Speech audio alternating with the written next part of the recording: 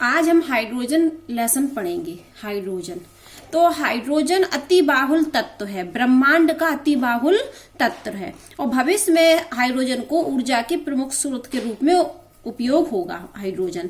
तो ये जो हाइड्रोजन होता है तो इसका कुछ हम चीज पढ़ते हैं। तो हाइड्रोजन सबसे सरलतम एटम है, सिंपलेस्ट एटम है, सरलतम परमाणु है, सबसे छोटा परमाणु है, सरल परमाणु। पहला पॉइंट कि हाइड्रोजन क्या है। हाइड्रोजन आप सब जानते हैं, हाइड्रोजन ये H, ठीक है, इसमें एक प्रोटॉन और एक इलेक्ट्रॉन पाया जाता है, अभी पढ़ाएंगे सब उसको। तो हाइड्रोजन क्या है हमारा, सबसे पहला सरलतम एटम है, पहला पॉइंट। दूसरा पॉइंट कि हाइड्रोजन में एक इलेक्ट्रॉन होता है, इलेक्ट्रॉन मतलब एक, और एक प्रोटॉन होता है और न्यूट्रॉन 0 होते हैं, न्यूट्रॉन नहीं होते हैं। और जो हाइड्रोजन होता है वो द्विक अणुक परमाणु के रूप में पाया जाता है। द्विक अणुक मतलब H2 के रूप में। तो ये किस रूप में पाया जाता है, H2 मतलब डाई हाइड्रोजन के रूप में पाया जाता है, डाई हाइड्रोजन के रूप में प्रकृति में पाया जाता है, रूप में पाया जाता है। हाइड्रोजन के बारे में हम पढ़ रहे हैं। तो सबसे पहले हमने देखा कि हाइड्रोजन एक सरलतम परमाणु है, हाइड्रोजन में एक इलेक्ट्रॉन और एक प्रोटॉन होता है और हाइड्रोजन डाई हाइड्रोजन के रूप में पाया जाता है, H2 के रूप में पाया जाता है। और ये क्या है, ऊर्जा का स्रोत के रूप में उपयोग होगा, source of energy, source of energy, ठीक है, ऊर्जा के स्रोत के रूप में। तो ये तो हमने हाइड्रोजन की कुछ बातें बता दी आपको। अब हम पढ़ते हैं आवर्त सारणी में हाइड्रोजन का स्थान।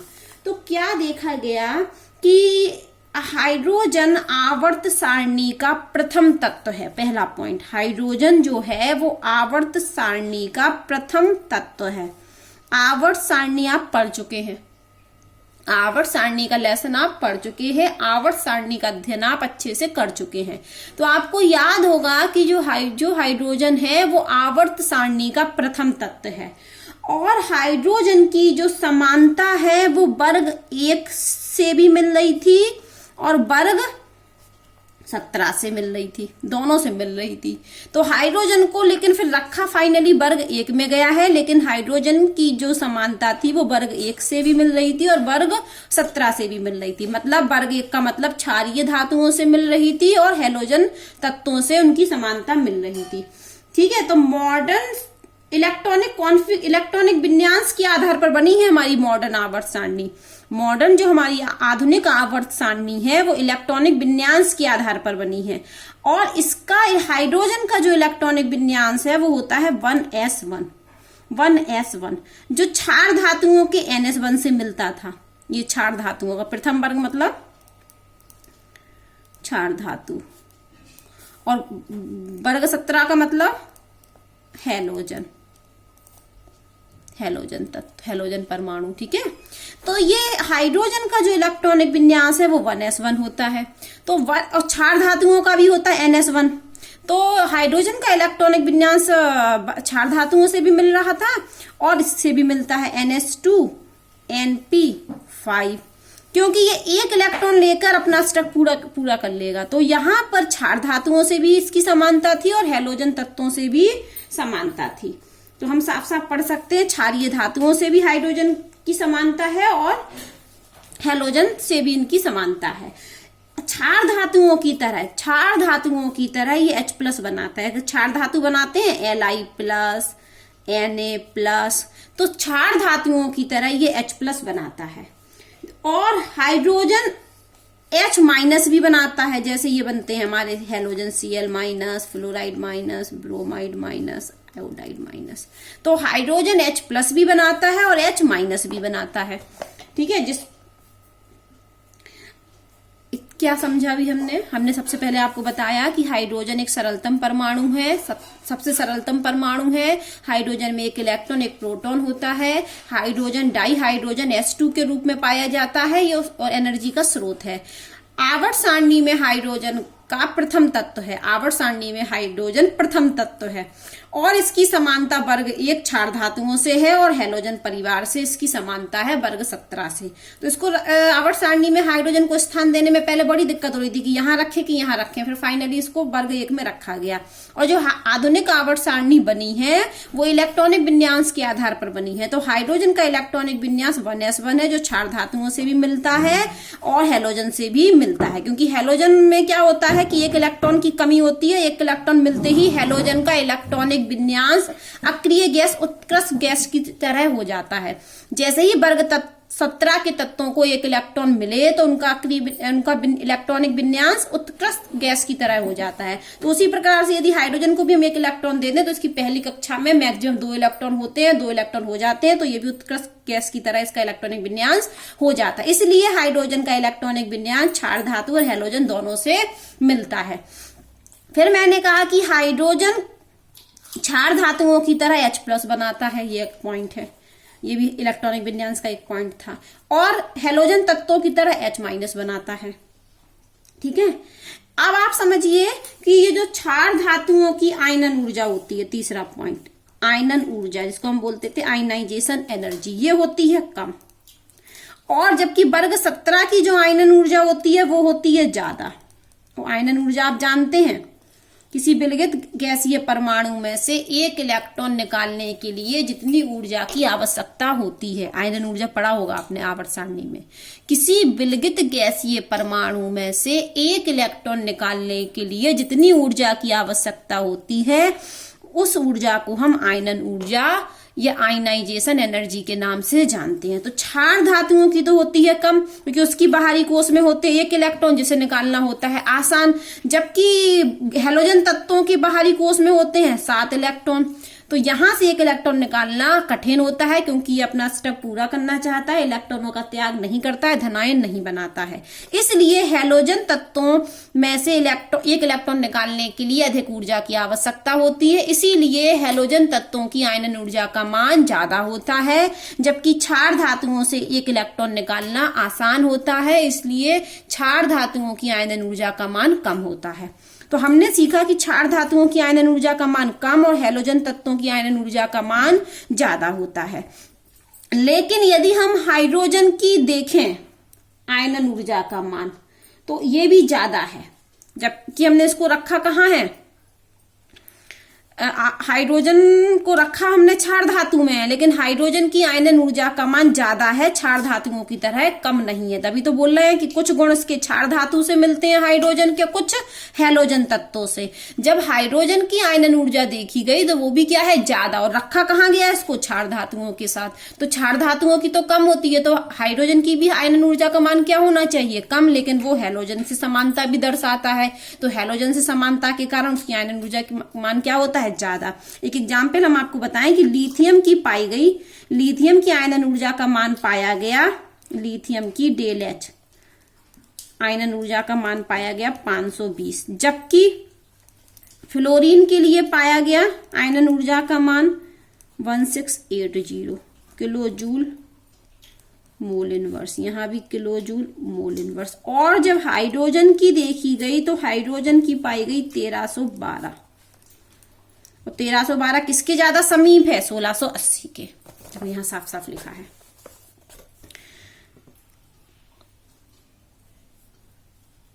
देखो, क्षार धातुओं के विपरीत, क्षार धातुओं की क्या होती है, आयनन ऊर्जा का मान कम, लेकिन हाइड्रोजन की आयनन ऊर्जा का मान क्षार धातुओं के विपरीत क्या होता है, उच्च आयनन एंथैल्पी होती है।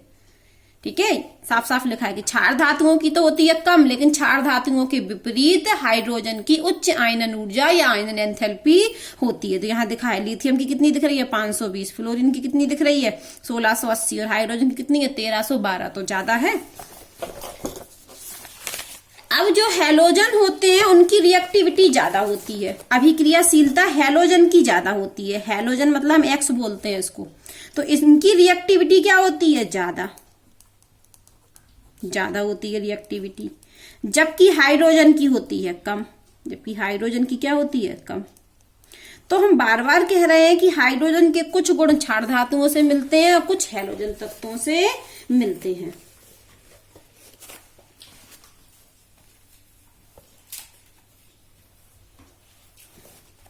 हाँ, अब जो हाइड्रोजन H+ बनाता है, ये H+ जिसको बनाता है, H+ मतलब जिसको प्रोटॉन भी नाम देते हैं, इसकी जो आकार देखें तो आकार है 1.5 गुणे 10⁻³ पिकोनोमीटर।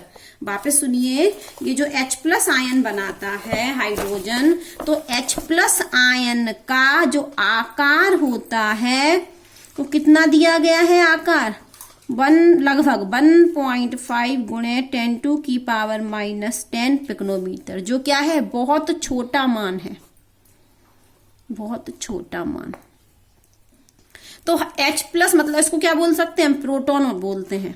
तो हाइड्रोजन जो H+ बनाता है जिसको हम प्रोटॉन बोलते हैं, उसका आकार क्या होता है, बहुत छोटा होता है। इतना छोटा होता है तो हम कहते हैं कि H+ का स्वतंत्र अस्तित्व संभव नहीं है, स्वतंत्र अवस्था में नहीं मिल सकता, क्योंकि H+ आयन का आकार क्या है, बहुत छोटा है। तो H+ स्वतंत्र अवस्था में नहीं मिलता है। कैसे मिलता है, ये दूसरे परमाणु या अणुओं से संयुक्त रहता है। ये दूसरे परमाणु और अणुओं से क्या होता है, संयुक्त रहता है। अब हम पढ़ने वाले हैं डाईहाइड्रोजन। ये हमने थोड़ा सा आपको हाइड्रोजन के बारे में बता दिया। अब हम मेन टॉपिक पर आए, डाईहाइड्रोजन। क्योंकि हाइड्रोजन किस रूप में पाया जाता है, हाइड्रोजन डाईहाइड्रोजन के रूप में पाया जाता है। तो ये हमारा है डाईहाइड्रोजन। तो सबसे पहले तो हम पढ़ने वाले हैं कि डाईहाइड्रोजन की प्राप्ति कहाँ से होती है। ठीक है, तो अब हम पढ़ने वाले हैं डाईहाइड्रोजन। अब हम डाईहाइड्रोजन की पढ़ने वाले हैं प्राप्ति। तो ये क्या होता है, प्राप्ति पढ़िए। ये ब्रह्मांड में अतिबाहुल तत्व है, हम आपको पहले ही पढ़ा चुके। सबसे पहले हमने बोला था कि हाइड्रोजन अतिबाहुल तत्व है। ये पृथ्वी की सतह पर अतिबाहुलता के क्रम में तीसरे स्थान पर है हाइड्रोजन। तो ब्रह्मांड के संपूर्ण द्रव्यमान का 70% है, ब्रह्मांड के संपूर्ण द्रव्यमान का 70%, तथा यह सौर वायुमंडल का प्रमुख तत्व है। हाइड्रोजन सौर वायुमंडल का प्रमुख तत्व है। और ये कहाँ पाया जाता है, ये सबसे बड़ा ग्रह कौन सा है, बृहस्पति। बृहस्पति और शनि में अधिकांशता हाइड्रोजन होती है। कौन से ग्रह में, बृहस्पति और शनि में अधिकांशता हाइड्रोजन होती है। हालांकि अपनी हल्की प्रकृति के कारण, हल्का है ना ये, तो हल्की प्रकृति के कारण, हल्के नेचर के कारण पृथ्वी के वायुमंडल में कम मात्रा में पाया जाता है। बृहस्पति और शनि ग्रह में तो बहुत अधिक मात्रा में हाइड्रोजन पाया जाता है, लेकिन हल्के नेचर की वजह से पृथ्वी के वायुमंडल में कम मात्रा में पाया जाता है। कितनी मात्रा में पाया जाता है, 0.1%, 0.15% के रूप में पाया जाता है। और ये संयुक्त अवस्था में पाया जाता है। H नहीं मिलता है हमको, क्या मिलता है, डाईहाइड्रोजन। तो संयुक्त अवस्था में पाया जाता है, उनकी H+ का भी कोई स्वतंत्र अस्तित्व नहीं है। तो ये संयुक्त अवस्था में हाइड्रोजन तत्व भूपर्पटी और महासागर में 15.4% भाग का निर्माण करता है। तो हाइड्रोजन तत्व भूपर्पटी और महासागर में 15.4% भाग का निर्माण करता है। और संयुक्त अवस्था में किस रूप में पाया जाता है, जल रूप में H2O बनाता है ना, तो जल के रूप में पाया जाता है। और पादप और जंतु ऊतक में पाया जाता है, पादप और जंतु ऊतक में पाया जाता है। कार्बोहाइड्रेट में, प्रोटीन में, हाइड्राइड में, हाइड्रोकार्बन और अन्य यौगिक में पाया जाता है। तो अभी हमने पढ़ा डाईहाइड्रोजन कहाँ पाया जाता है, सौरमंडल में। बहुलता के रूप में अतिबाहुल तत्व है सौरमंडल का, 70% द्रव्यमान है हाइड्रोजन का। और सब मेन कौन से ग्रह में पाया जाता है, बृहस्पति और शनि में। पृथ्वी पर कम मात्रा में पाया जाता है, 0.15% ही है हमारा। और भूपर्पटी महासागर में कितना प्रतिशत है, 15.4%। और हाइड्रोजन कहाँ पाया जाता है, जल में, पादप और जंतु ऊतक में, कार्बोहाइड्रेट में, प्रोटीन में, हाइड्राइड में, हाइड्रोकार्बन में, अन्य यौगिक में पाया जाता है। अब हम पढ़ने वाले हैं हाइड्रोजन के समस्थानिक। अब समस्थानिक क्या होते हैं, वे तत्व जिनके परमाणु क्रमांक समान और परमाणु भार अलग अलग हों, ऐसे तत्वों को हम समस्थानिक कहते हैं। तो हाइड्रोजन के 3 समस्थानिक होते हैं। क्या पढ़ रहे हैं हम, हाइड्रोजन के समस्थानिक।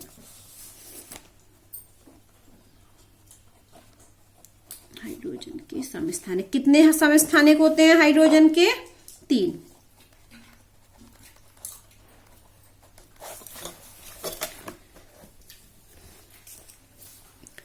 समस्थानिक क्या होते हैं? जिनके परमाणु क्रमांक समान और परमाणु भार भिन्न भिन्न होते हैं। तो 3 समस्थानिक होते हैं हाइड्रोजन के, 1H1, दूसरा है हमारा 1H2 और तीसरा है हमारा 1H3। इसको हम ऐसे भी लिख सकते हैं, अगर 1H1 1H2 और ये 1H3। इसमें ये जो नीचे होता है वो क्या होता है? परमाणु क्रमांक, और ये तत्व का सिंबल होता है। जो भी तत्व होगा ये सिंबल होता है, और ये क्या होता है? ऊपर वाला परमाणु भार। तो इस 3 समस्थानिक होते हैं हाइड्रोजन के। ये है हमारा प्रोटियम, इसका नाम क्या है? प्रोटियम, पहला, दूसरा, तीसरा। और ये क्या है? Deuterium, deuterium. और तीसरा है हमारा ट्राइटिरियम। तो ड्यूटेरियम को हम डी सिंबल के द्वारा भी प्रदर्शित करते हैं और ट्राइटियम को हम टी के द्वारा भी। तो हाइड्रोजन के 3 समस्थानिक होते हैं, पहला प्रोटियम, दूसरा ड्यूटेरियम, तीसरा ट्राइटिरियम। तो इसमें क्या होता है कि आप देख रहे होंगे, देखो सब नीचे क्या लिखा? 1 1 1, मतलब ये परमाणु क्रमांक है। तो तीनों का परमाणु क्रमांक कितना है? 1 1। लेकिन ऊपर आप देख रहे हो इसमें 1 लिखा है, इसमें 2 लिखा है, इसमें 3 लिखा। तो ये क्या है? परमाणु भार, जो क्या है? अलग अलग। समस्थानिक होते यही है कि परमाणु क्रमांक समान और परमाणु भार अलग अलग। प्रोटियम, तो प्रोटियम में न्यूट्रॉनों की संख्या भिन्न भिन्न होती है। प्रोटियम में नहीं, समस्थानिक में न्यूट्रॉनों की संख्या क्या होती है? अलग अलग। न्यूट्रॉन की संख्या कैसे निकालते हैं? न्यूट्रॉनों की संख्या निकालते हैं हम, न्यूट्रॉनों की संख्या निकालने का तरीका क्या होता है? परमाणु भार माइनस परमाणु क्रमांक, परमाणु भार माइनस परमाणु क्रमांक। तो इसका परमाणु भार हमें कितना दिख रहा है? 1, और परमाणु भार 1 है और परमाणु क्रमांक कितना है? 1। तो अभी तो हमने ये सूत्र बता दिया, न्यूट्रॉनों की संख्या होती है हमारी परमाणु भार माइनस परमाणु क्रमांक। शॉर्टकट में लिखें तो न्यूट्रॉनों की संख्या को n और परमाणु भार को a और परमाणु क्रमांक को z। तो ये हो गया हमारा सूत्र। ये क्या हो गया हमारा सूत्र? n बराबर a माइनस z, न्यूट्रॉनों की संख्या, परमाणु भार माइनस परमाणु क्रमांक। अब आप देख रहे होंगे कि यदि हम कहें आपको कि प्रोटियम में बताइए, प्रोटियम में न्यूट्रॉनों की संख्या बताइए, न्यूट्रॉन की संख्या। प्रोटियम में न्यूट्रियम की संख्या, प्रोटियम मतलब H1H, 1H1। तो परमाणु भार कितना दिख रहा? 1, और परमाणु क्रमांक भी कितना दिख रहा? 1। तो 1 माइनस 1 बराबर 0। अब हम कहने वाले हैं ड्यूटेरियम में, ड्यूटेरियम में